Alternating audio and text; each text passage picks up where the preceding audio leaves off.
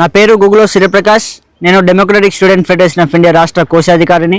ఈరోజు మహబూబాబాద్ జిల్లా కేంద్రంలో నర్సింగ్ కళాశాల వద్ద నుండి ఈరోజు మాట్లాడుతున్నటువంటి సందర్భం చూస్తూ ఉన్నాం. ఏదైతే గత 2 రోజుల నుండి రాష్ట్ర వ్యాప్తంగా విద్యార్థినులందరూ కూడా గేట్లు బద్దలు కొట్టి మా సమస్యలు పరిష్కరించాలి, మాకు టాయిలెట్స్ కావాలి, మాకు బిల్డింగ్ కావాలని చెప్పేసి గట్టిగా అరుస్తూ ఇక్కడ ఉన్నటువంటి గేట్లు బద్దలు కొట్టినటువంటి విషయం అందరికీ తెలిసిందే.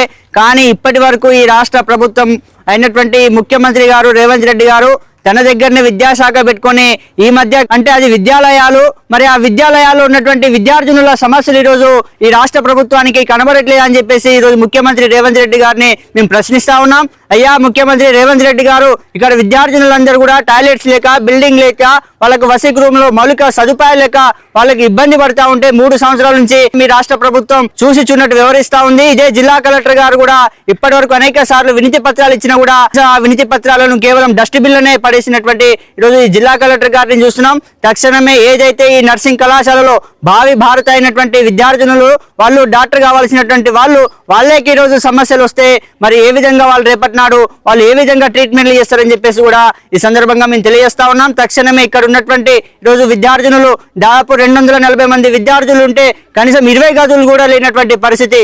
16 గదులలో అంటే 16 అంటే ఒక గదికి 4 పడుకోవాల్సినటువంటి ఆ గదులు కనీసం ఒక 50 మందిని కూడా పడుకోవాల్సినటువంటి ఆ గదులు ఇరుకుగా ఉన్నాయి. అంటే 240 మంది ఎక్కడ సరిపోతారు, వాళ్ళకి వసతి గృహం ఎట్లా సరిపోతుంది అని చెప్పేసి కూడా ఈ సందర్భంగా తెలియజేస్తా ఉన్నాం. అదే మీ పిల్లలో మీ ఆడబిడ్డలో ఉంటే ఇదే విధంగా చూస్తారని చెప్పేసి కూడా ఈ సందర్భంగా మేము ప్రశ్నిస్తా ఉన్నాం. కాబట్టి విద్యార్థినుల సమస్యలు పరిష్కరించాలి, లేకపోతే వాళ్ళు తిరుగుబాటు తప్పదు. అది కేవలం శాంపిల్ మాత్రమే. మేము విద్యార్థులు మాత్రమే ఈరోజు బయటకు వచ్చారు. మరి విద్యార్థి సంఘాలందరూ కూడా ఒకటే బయటకు వస్తే మాత్రం విద్యార్థులందరినీ ఏకం చేసి మరి రాష్ట్ర ప్రభుత్వంలో ఉన్నటువంటి రాష్ట్ర సెక్రటరీ కావచ్చు, ఇక్కడ ఉన్నటువంటి జిల్లా కలెక్టర్ కావచ్చు, ఖచ్చితంగా వేలాది మందితో మేము ముట్టడిస్తాం. ఎట్టి పరిస్థితుల్లో సమస్యలను వదిలిపెట్టే ప్రసక్తి లేదు. ఈ జిల్లా గిరిజన జిల్లా, అత్యధికంగా 42% మంది ఉన్నటువంటి గిరిజన జిల్లాలో దాదాపు అనేక ప్రాంతాల నుండి వివిధ జిల్లాల నుండి ఇక్కడ గిరిజన ప్రాంతంలో మౌలిక సదుపాయాలు ఉంటాయి, ప్రశాంతమైనటువంటి వాతావరణం ఉంటుంది, ఇక్కడ చదువుకుంటే మాకు ఒక మైండ్ రిలీఫ్ ఉంటుందని చెప్పేసి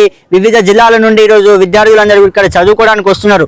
మరి ఇక్కడ చూస్తూ ఉంటారా మొత్తం సమస్యల వలయంలో ఈ గిరిజన జిల్లాగా మారిపోయింది. మరి ఇక్కడ ఉన్నటువంటి గిరిజన ప్రజాప్రతినిధులు ఉంటారు, మంత్రి ఇక్కడనే ఉంటారు, ఈరోజు ఎమ్మెల్యేలు ఇక్కడనే ఉంటారు, ఎంపీలు ఇక్కడనే ఉంటారు. ఈ భారతదేశంలోనే అతిపెద్ద పార్లమెంట్ అయినటువంటి కాబట్టి ఇలాంటి సమస్యలు చాలా ఉన్నాయి. మొన్ననే చూసినాం, ఈ నర్సింగ్ కాలేజ్ ఒక్కటే కాదు, బీటెక్ కాలేజీలో కూడా సరైనటువంటి భవనం లేదు, అక్కడ కూడా ఇరుకు గదులు ఉన్నాయి. ఆ బీటెక్ కాలేజీలలో సొంత హాస్టల్ అయినటువంటి పరిస్థితి, దాంతో పాటు ఇక్కడ ఉన్నటువంటి గౌట్ మెడికల్ కళాశాల సంబంధించిన అక్కడ కూడా సమస్యలు ఉన్నాయి. ఈరోజు అక్కడ ప్రైవేట్ హాస్టళ్లలో చదువుకొని ఈరోజు విద్యార్థులందరూ కూడా గౌట్ మెడికల్ కాలేజ్కి వెళ్ళేటువంటి పరిస్థితి ఈరోజు ఈ జిల్లాలో చూస్తా ఉన్నాం. మరి ఎక్కడ చూసినా ఈరోజు విద్యారంగ సమస్యలే కనబడతా ఉన్నాయి. ఈరోజు విద్యారంగమే కీలకం అని చెప్పేసి విద్యార్థులను రాష్ట్రంలో వాళ్ళను బంగారు భవిష్యత్తు కలిగి ఉండాలంటే లక్ష్యంతో ఈరోజు ముఖ్యమంత్రి మాట్లాడుతున్నారు. కానీ ఈరోజు విద్యను మొత్తం కూడా గాలికి వదిలేసినటువంటి పరిస్థితి చూస్తా ఉన్నాం. స్కాలర్షిప్లు చూసుకుంటే దాదాపు 8,200 కోట్ల రూపాయల స్కాలర్షిప్ పెండింగ్ లో ఉన్నాయి. మీరు విడుదల చేసింది ఎంత, మీరు ఇచ్చినటువంటి వాగ్దానం ఎంత? ఈరోజు 100 కోట్లు విడుదల చేస్తామని చెప్పేసి అందులో కనీసం ఒక 10% కూడా విడుదల చేయనటువంటి పరిస్థితి చూస్తా ఉన్నాం. కాబట్టి ఎట్టి పరిస్థితులలో విద్యార్థుల సమస్యలు పరిష్కరించాలి, విద్యారంగ సమస్యలు పరిష్కరించాలని చెప్పేసి కూడా మేము డిమాండ్ చేస్తా ఉన్నాం. దాంతోపాటు ఏకలవ్య గురుకులాలు కూడా ఉన్నాయి. ఈ ఏకలవ్య గురుకులాల్లో కూడా చాలా వరకు అద్దె భవనాల్లో ఈరోజు విద్యార్థులు చదివేటువంటి పరిస్థితి ఉంది. మొన్ననే చూసినాం, ఇక్కడ మైబాద్ జిల్లా కేంద్రంలో గూడూరు సంబంధించినటువంటి ఏకలవ్య గురుకులం మైబాద్లో నడిపిస్తున్నారు. మైబాద్లో నడిపిస్తుంటే అది పాత ట్వింకిల్ స్టార్ స్కూల్లో నడిపిస్తే అక్కడ కూడా చాలా మంది అమ్మాయిలు అబ్బాయిలు కంబైన్ స్టడీస్ చేస్తా ఉన్నారు.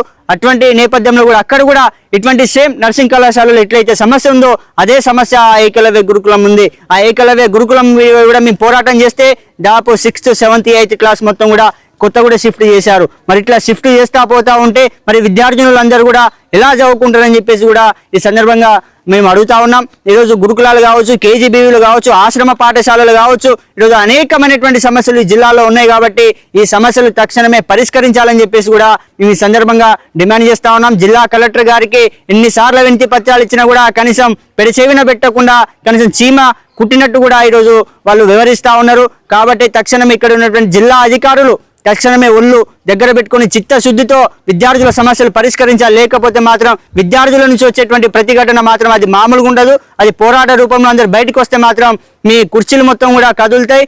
వాళ్ళు ప్రజా ప్రతిఘటన చేస్తారు.